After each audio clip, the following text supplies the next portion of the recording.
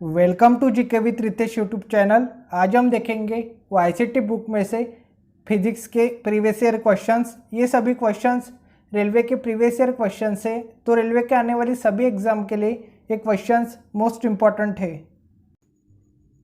आज का first question, एक ब्लॉटिंग पेपर स्याही कैसे सोखता है? इसका जो सही आंसर है वो ऑप्शन नंबर बी, केशिका क्रिया द्वारा। एक ब्लॉटिंग पेपर स्याही केशिका क्रिया द्वारा सोखता है। केशिका क्रिया किसी ठोस पदार्थ के संपर्क में रहने वाले द्रव की वह क्रिया जिसमें द्रव के अणुओं के एक दूसरे के प्रति और ठोस के अणुओं के प्रति आकर्षण के फलस्वरूप द्रव का पृष्ठ उठता या गिरता है। इसी क्रिया द्वारा ही ब्लॉटिंग पेपर स्याही सोखता है। इसका एक अन्य उदाहरण, यदि पानी के ग्लास में एक पतली खुली नलिका डाली जाए तो केशिकत्व के कारण ही नली में पानी का स्तर ग्लास के पानी के स्तर से ऊपर होता है। नेक्स्ट क्वेश्चन, एक द्रव की बूंद संयोजित होती है क्योंकि इसके कणों का आकर्षण इसका संभव क्षेत्रफल न्यूनतम करता है। इस परिघटना को कहा जाता है। इसका जो सही आंसर है वो ऑप्शन नंबर है, पृष्ठ तनाव। द्रव के अंदर के अणु संसंजक बल के कारण अपने पड़ोसी अणुओं के द्वारा आकर्षित होते हैं। द्रव का ऊपरी पृष्ठ स्वतंत्र होता है जिसे स्वतंत्र पृष्ठ कहा जाता है।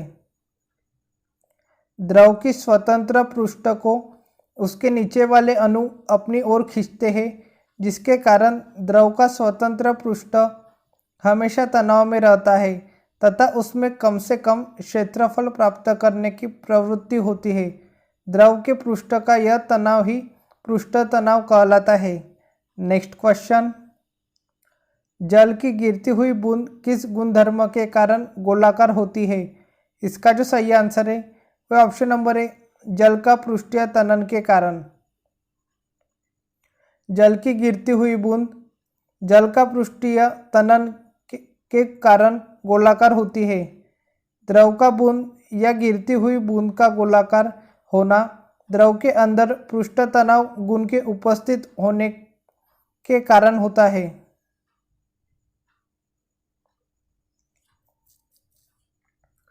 यदि द्रव के तल पर एक आभासी रेखा खींचे तो उस रेखा पर लंबवत तनाव बल लगता है। यह बल ही सतह तनाव बल कहलाता है। नेक्स्ट क्वेश्चन, एक टैंक को एक समान क्षैतिज त्वरण से एक द्रव आंशिक रूप से भरा गया है। निम्नलिखित में से एक टैंक में द्रव की सतह के लिए कौन सा कथन सत्य है? इसका जो सही आंसर है वह ऑप्शन नंबर है, द्रव की सतह गति की दिशा में गिरता है और टैंक के पीछे की ओर उठता है। अतः द्रव की सतह गति की दिशा में गिरती है और टैंक के पीछे की ओर से उठती है। ऐसा द्रव में कार्यरत छद्म बल के कारण होता है। नेक्स्ट क्वेश्चन, एक आदर्श तरल पदार्थ होता है। इसका जो सही आंसर है वह ऑप्शन नंबर डी, घर्षण रहित और असंपीड्य होता है। एक आदर्श तरल पदार्थ घर्षण रहित और असंपीड्य होता है। आदर्श तरल में सतह तनाव नहीं होता तथा बल मॉडुलस अनंत होता है। वास्तव में कोई भी तरल आदर्श तरल नहीं होता। नेक्स्ट क्वेश्चन, यदि एक बांध में जल की गहराई h है तथा a जल का अनुप्रस्थ क्षेत्रफल तथा t बांध की मोटाई है, तब बांध की दीवार पर लगने वाला दाब किस प्रकार निर्भर होगा? इसका जो सही आंसर है वह ऑप्शन नंबर डी, इनमें से कोई नहीं। जल द्वारा बांध की दीवार पर लगाया गया क्षैतिज दाब भरे जल की ऊंचाई पर निर्भर करता है। नेक्स्ट क्वेश्चन, जब पानी से भरे हुए एक बीकर में एक कॉर्क और कील को रखा जाता है तो कॉर्क तैरता है जबकि कील डूब जाती है। इसके पीछे का कारण क्या है? इसका जो सही आंसर है वो ऑप्शन नंबर बी, लोहे की कील का घनत्व पानी के घनत्व से अधिक होता है, इसलिए कॉर्क तैरता है जबकि कील डूब जाती है। जब पानी से भरे हुए बीकर में एक कॉर्क और कील को रखा जाता है तो कॉर्क तैरता है जबकि कील डूब जाती है, क्योंकि लोहे की कील का घनत्व पानी के घनत्व से अधिक है। नेक्स्ट क्वेश्चन, एक दीवार द्वारा उत्पन्न बल क्या होगा जिस पर सामान्य रूप से 10 मीटर प्रति सेकंड की गति से पानी गिर रहा हो और निस्सरण 0.001 मीटर क्यूब प्रति सेकंड हो? तो इसका जो सही आंसर है वह ऑप्शन नंबर है 1 न्यूटन। तो बल होगा 1 न्यूटन। नेक्स्ट क्वेश्चन, उत्प्लावकता सिद्धांत के आधार पर जहाज पानी में तैरते हैं। सर्वप्रथम इस सिद्धांत की पहचान करने का श्रेय किस वैज्ञानिक को दिया जाता है? इसका जो सही आंसर है वह ऑप्शन नंबर सी, आर्किमिडीज। उत्प्लावकता सिद्धांत के आधार पर जहाज पानी में तैरते हैं। सर्वप्रथम इस सिद्धांत की पहचान करने का श्रेय आर्किमिडीज को जाता है। इनके अनुसार जब कोई वस्तु किसी द्रव में पूरी अथवा आंशिक रूप से डुबोई जाती है तो उसके भार में आभासी कमी होती है। भार में यह आभासी कमी वस्तु द्वारा हटाए गए द्रव के भार के बराबर होती है। नील्स बोर क्वांटम विचारों के आधार पर हाइड्रोजन परमाणु के स्पेक्ट्रम की व्याख्या की तथा नाभिकीय विखंडन का एक सिद्धांत प्रस्तुत किया। केपलर सौरमंडल के ग्रहों की गति का सिद्धांत दिया। केन रुदरफोर्ड न्यूजीलैंड के क्रिकेटर है। नेक्स्ट क्वेश्चन, निम्नलिखित में से कौन सा कारक किसी दिए गए द्रव में वस्तु पर कार्यरत उत्प्लावन बल के परिमाण पर निर्भर करता है? इसका जो सही आंसर है वह ऑप्शन नंबर सी, तरल पदार्थ का घनत्व और इसमें डूबी हुई वस्तु का आयतन। तरल पदार्थ का घनत्व और इसमें डूबी हुई वस्तु का आयतन उत्प्लावन बल के परिमाण पर निर्भर करता है। किसी तरल में आंशिक या पूर्ण रूप से डूबी किसी वस्तु पर ऊपर की ओर लगने वाला बल उत्प्लावन बल कहलाता है। उत्प्लावन बल नावों, जलयानों, गुब्बारों आदि के कार्य के लिए जिम्मेदार है। इस सिद्धांत का प्रतिपादन सबसे पहले आर्किमिडीज ने किया था। नेक्स्ट क्वेश्चन, निम्न में से कौन सा कथन गलत है? इसका जो सही आंसर है वह ऑप्शन नंबर सी, यदि उत्प्लावक बल वस्तु के भार से कम हो तो वस्तु तैरती है। ये कथन गलत है। बाकी यदि उत्प्लावक बल वस्तु के भार से कम हो तो वस्तु डूब जाती है। ये कथन सही है। यदि उत्प्लावक बल वस्तु के भार से अधिक हो तो वस्तु तैरती है। ये भी कथन सही है। तो इसका जो सही आंसर है वह ऑप्शन नंबर सी, यदि उत्प्लावक बल वस्तु के भार से कम हो तो वस्तु तैरती है। ये कथन गलत है। किसी तरल में आंशिक या पूर्ण रूप से डूबी किसी वस्तु पर ऊपर की ओर लगने वाला बल उत्प्लावन बल कहलाता है। उत्प्लावन बल नावों, जलयानों आदि के कार्य के लिए जिम्मेदार है। नेक्स्ट क्वेश्चन, उत्प्लावन का केंद्र हमेशा होता है। इसका जो सही आंसर है वह ऑप्शन नंबर बी, विस्थापित द्रव के आयतन के केंद्रक के संपाती होता है। उत्प्लावन का केंद्र हमेशा विस्थापित द्रव के आयतन के केंद्रक के संपाती होता है। उत्प्लावन केंद्र हमेशा विस्थापित द्रव के आयतन के केंद्रक संपाती होता है। यदि उत्प्लावन बल तथा वस्तु द्वारा हटाए गए द्रव का भार बराबर हो तो उत्प्लावन केंद्र तथा विस्थापित द्रव के केंद्रक एक दूसरे पर संपाती होंगे। जिस द्रव का घनत्व ज़्यादा होता है वह किसी वस्तु पर ज़्यादा उत्प्लावन बल लगाता है। नेक्स्ट क्वेश्चन, किस सिद्धांत या नियम के आधार पर वस्तुएं पानी में तैरती है? इसका जो सही आंसर है वो ऑप्शन नंबर सी, आर्किमिडीज का सिद्धांत के नियम के आधार पर वस्तुएं पानी में तैरती है। आर्किमिडीज सिद्धांत किसी तरल माध्यम में किसी वस्तु पर लगने वाला उत्प्लावन बल उस वस्तु द्वारा विस्थापित तरल के भार के बराबर होता है, अथवा किसी तरल माध्यम में आंशिक या पूर्णतः डूबी हुई वस्तु पर लगने वाला उत्प्लावन बल उस वस्तु द्वारा विस्थापित तरल के भार के बराबर होता है। नेक्स्ट क्वेश्चन, जब किसी पिंड को किसी द्रव में पूर्ण या आंशिक रूप से डुबोया जाता है तब यह पिंड विस्थापित द्रव के भार के बराबर एक उत्क्षेप बल का अनुभव करता है। इसे किस सिद्धांत के रूप में जाना जाता है? इसका जो सही आंसर है वह ऑप्शन नंबर बी, आर्किमिडीज सिद्धांत। जब किसी पिंड को किसी द्रव में पूर्ण या आंशिक रूप से डुबोया जाता है तब यह पिंड विस्थापित द्रव के भार के बराबर एक उत्क्षेप बल का अनुभव करता है। इसे आर्किमिडीज सिद्धांत के रूप में जाना जाता है। आर्किमिडीज सिद्धांत, जब किसी वस्तु को किसी द्रव में डुबोया जाता है तो वस्तु पर एक ऊर्ध्वाधर बल ऊपर की ओर कार्य करता है जिसे उत्प्लावन बल कहते हैं। इसका मान वस्तु द्वारा हटाए गए द्रव के भार के बराबर होता है। उत्प्लावन बल का मान वस्तु की द्रव में गहराई पर निर्भर नहीं करता। यह द्रव के घनत्व तथा वस्तु के आयतन के सीधे समानुपाती होता है। नेक्स्ट क्वेश्चन, पानी के द्वारा ऊपर की तरफ लगाया गया बल क्या कहलाता है? इसका जो सही आंसर है वह ऑप्शन नंबर सी, उत्प्लावन बल। पानी के द्वारा ऊपर की तरफ लगाया गया बल उत्प्लावन बल कहलाता है। किसी तरल में आंशिक या पूर्ण रूप से डूबी किसी वस्तु पर ऊपर की ओर लगने वाला बल उत्प्लावन बल कहलाता है। उत्प्लावन बल नाव, जलयानों, गुब्बारों आदि के कार्य के लिए जिम्मेदार है। नेक्स्ट क्वेश्चन, जहाज़ों की गति में वृद्धि पर आधारित है। इसका जो सही आंसर है वह ऑप्शन नंबर है, आर्किमिडीज का सिद्धांत पर। जहाज़ों की गति में वृद्धि आर्किमिडीज का सिद्धांत पर आधारित है।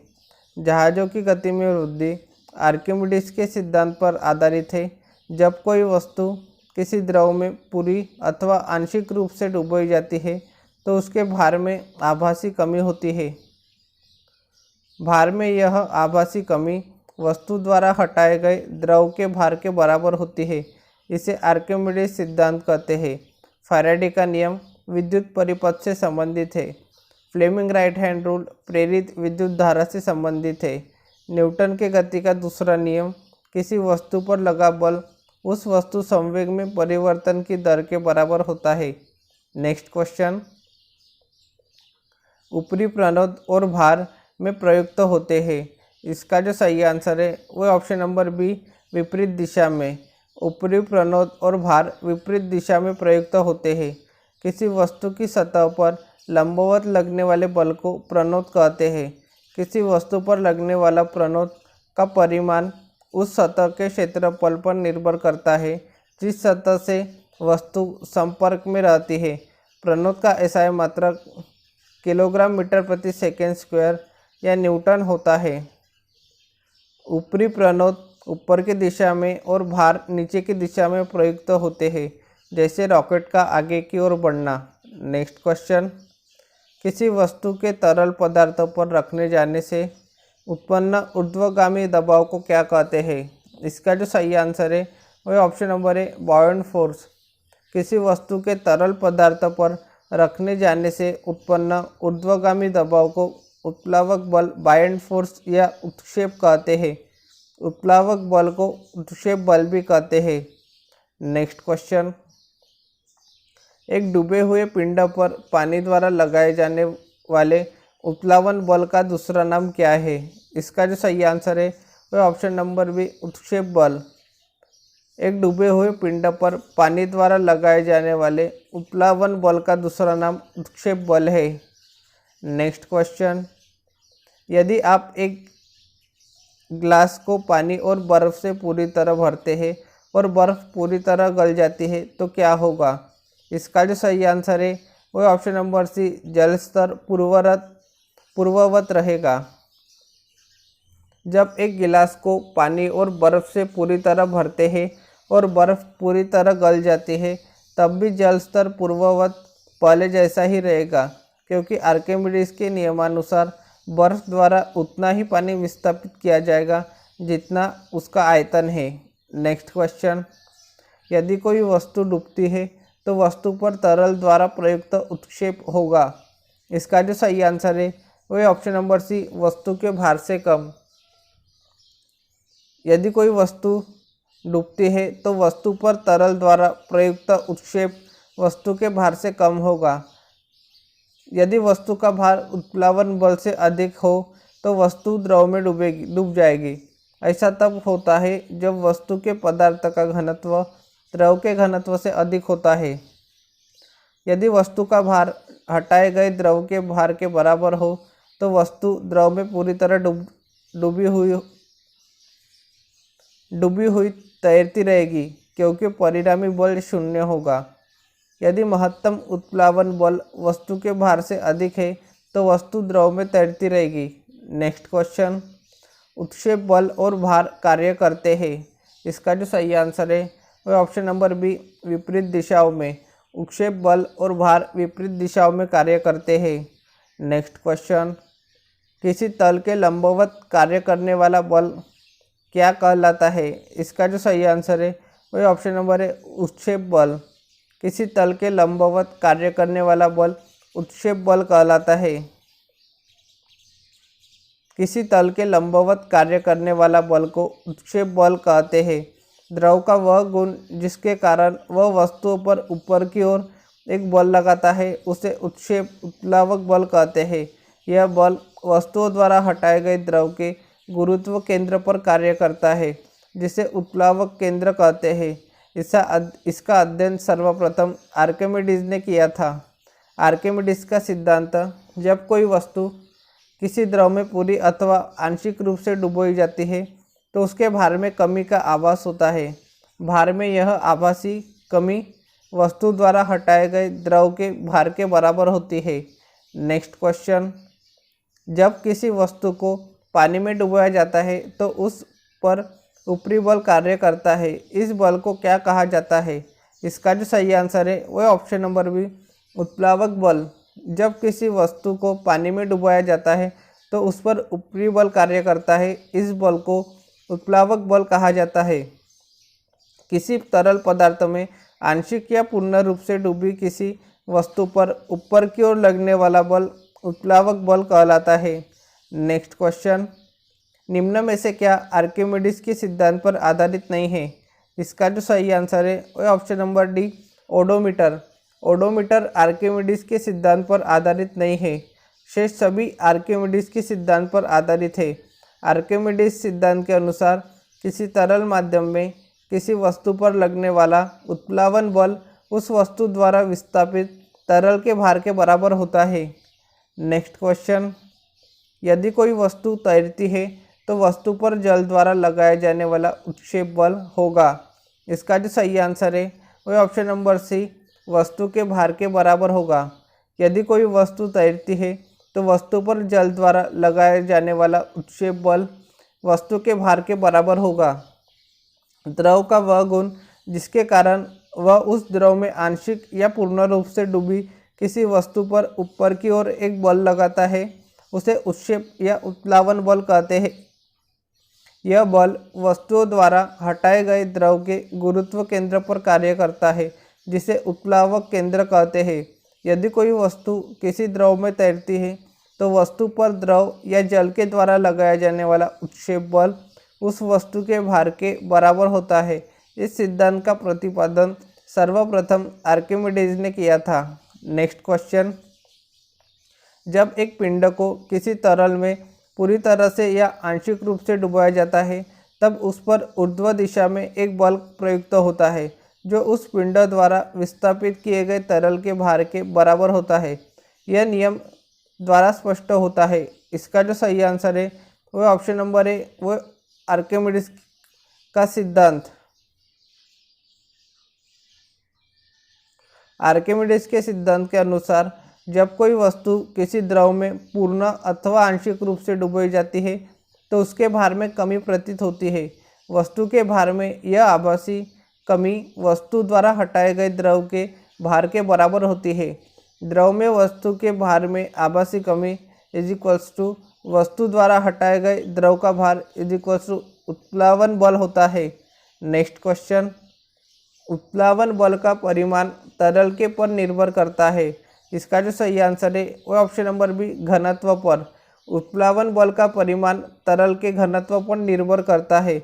उत्प्लावन बल का परिमाण तरल के घनत्व पर निर्भर करता है।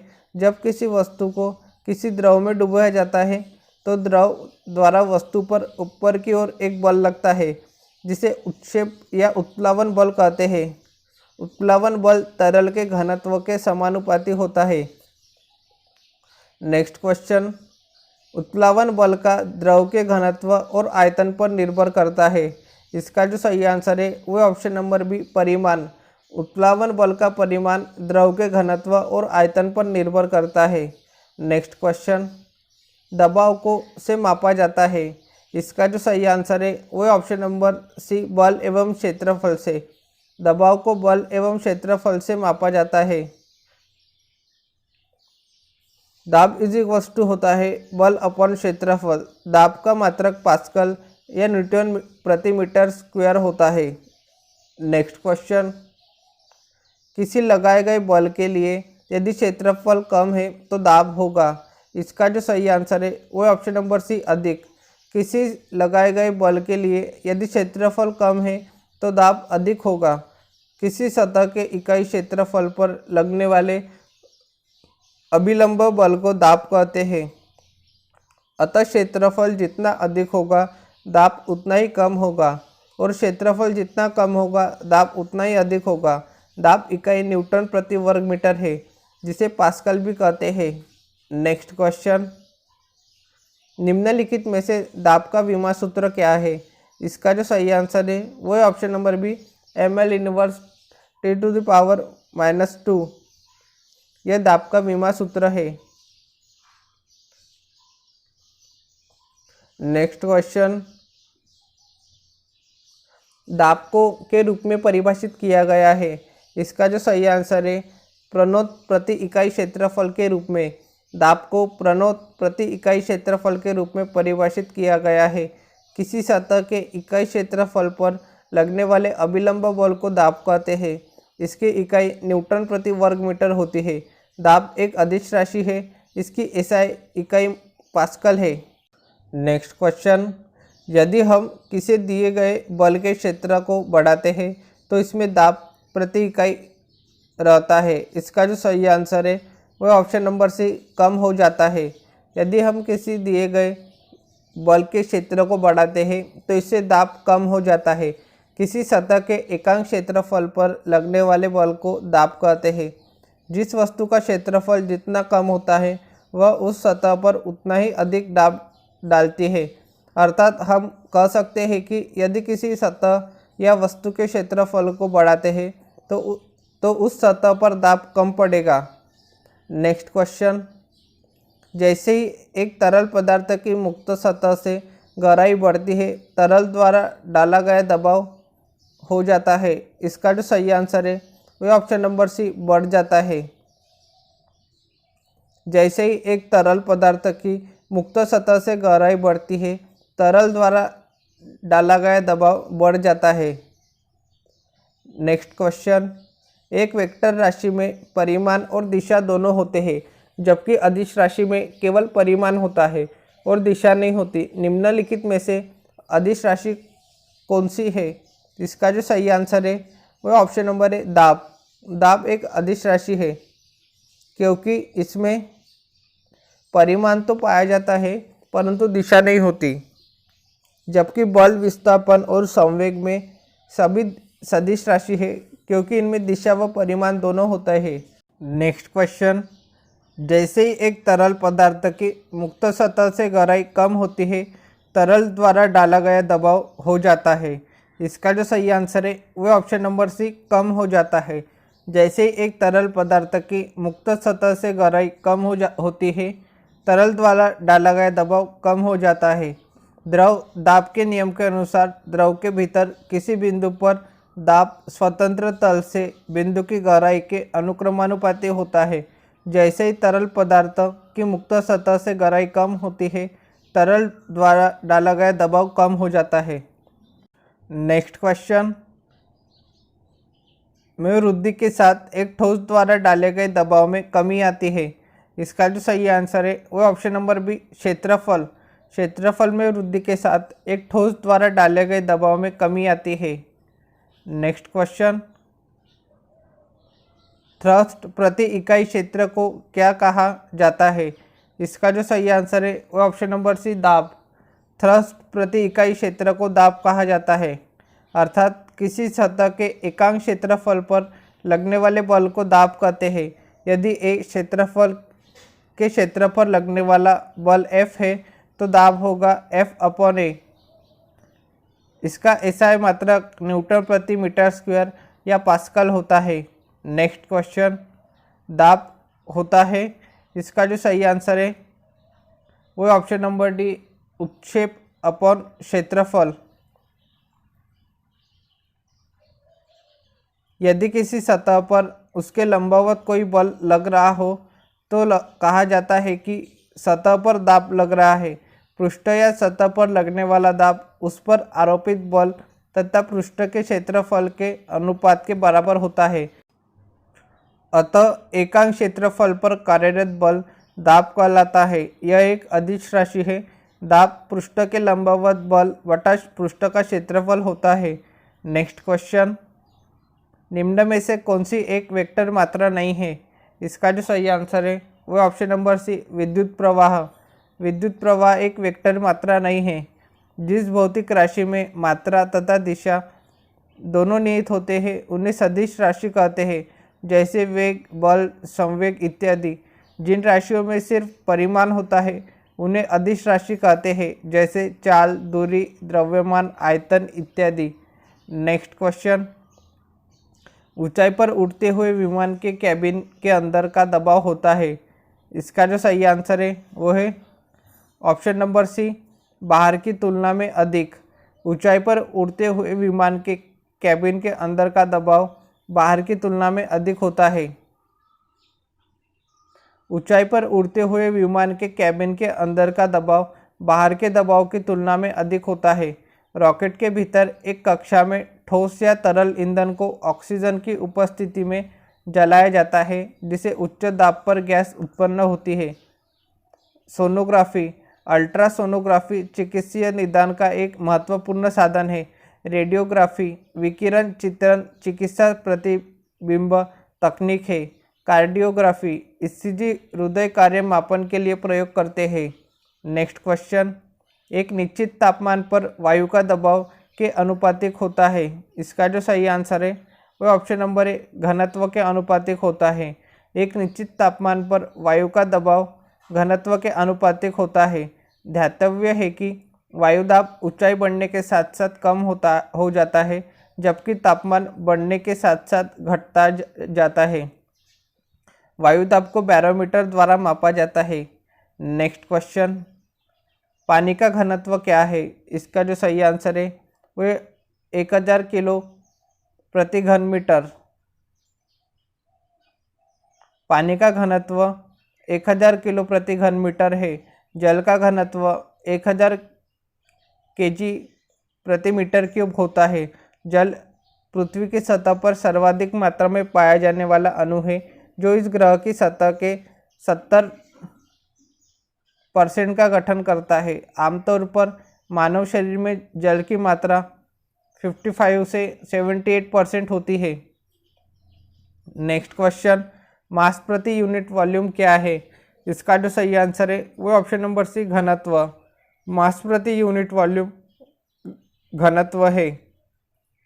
लंबाई, समय और द्रव्यमान के लिए मात्रक क्रमशः मीटर, सेकंड और किलोग्राम का प्रयोग किया जाता है। नेक्स्ट क्वेश्चन, निम्नलिखित कारणों में से किसके कारण बादल आकाश में तैरते हैं? इसका जो सही आंसर है वह ऑप्शन नंबर डी, निम्न घनत्व के कारण। निम्न घनत्व के कारण बादल आकाश में तैरते हैं। बादलों के आकाश में तैरने का कारण उनका निम्न घनत्व है। कम घनत्व होने के कारण ही बादलों का भार वायु में कम रहता है और वे तैरते रहते हैं। नेक्स्ट क्वेश्चन, बर्फ पानी पर तैरती है क्योंकि इसका घनत्व, इसका जो सही आंसर है वो ऑप्शन नंबर बी, पानी से कम होता है। बर्फ पानी पर तैरती है क्योंकि इसका घनत्व पानी से कम होता है। बर्फ पानी पर तैरती है क्योंकि इसका घनत्व पानी के घनत्व से कम होता है। बर्फ का घनत्व पानी के घनत्व से 9% कम होता है। पानी का घनत्व 4 डिग्री सेल्सियस पर अधिकतम होता है। नेक्स्ट क्वेश्चन, दाब को किस प्रकार परिभाषित किया जाता है? इसका जो सही आंसर है वो ऑप्शन नंबर बी, प्रणोद प्रति एकक क्षेत्रफल। दाब को प्रणोद प्रति एकक क्षेत्रफल से परिभाषित किया जाता है। किसी सतह के एकांक क्षेत्रफल पर लगने वाले बल को दाब कहते हैं। दाब होता है बल बट्टा क्षेत्रफल। दाब का एसआई मात्रक न्यूटन प्रति मीटर स्क्वायर होता है। इसे पास्कल भी कहा जाता है। दाब एक अदिश राशि है। नेक्स्ट क्वेश्चन, एक पदार्थ के घनत्व को के रूप में परिभाषित किया जाता है। इसका जो सही आंसर है वो ऑप्शन नंबर है, द्रव्यमान प्रति इकाई आयतन के रूप में। एक पदार्थ के घनत्व को द्रव्यमान प्रति इकाई के आयतन के रूप में परिभाषित किया जाता है। किसी वस्तु का घनत्व उसके द्रव्यमान तथा आयतन का अनुपात होता है। घनत्व द्रव्यमान बटा आयतन होता है, अर्थात किसी वस्तु के एकांक आयतन के द्रव्यमान को उस वस्तु का घनत्व कहते हैं। इसका मात्रक किलोग्राम प्रति घन मीटर होता है। नेक्स्ट क्वेश्चन, याद का लास्ट क्वेश्चन है, किस तापमान पर पानी का घनत्व अधिकतम होता है? इसका जो सही आंसर है वह option number D, 4 degree Celsius पर। पानी का अधिकतम घनत्व 4 डिग्री सेल्सियस पर होता है। घनत्व होता है द्रव्यमान बटा आयतन। 4 डिग्री सेल्सियस तक पानी को गर्म करने पर पानी का आयतन घटता है। 4 डिग्री सेल्सियस से ऊपर तापमान पर गर्म करने पर आयतन बढ़ता है।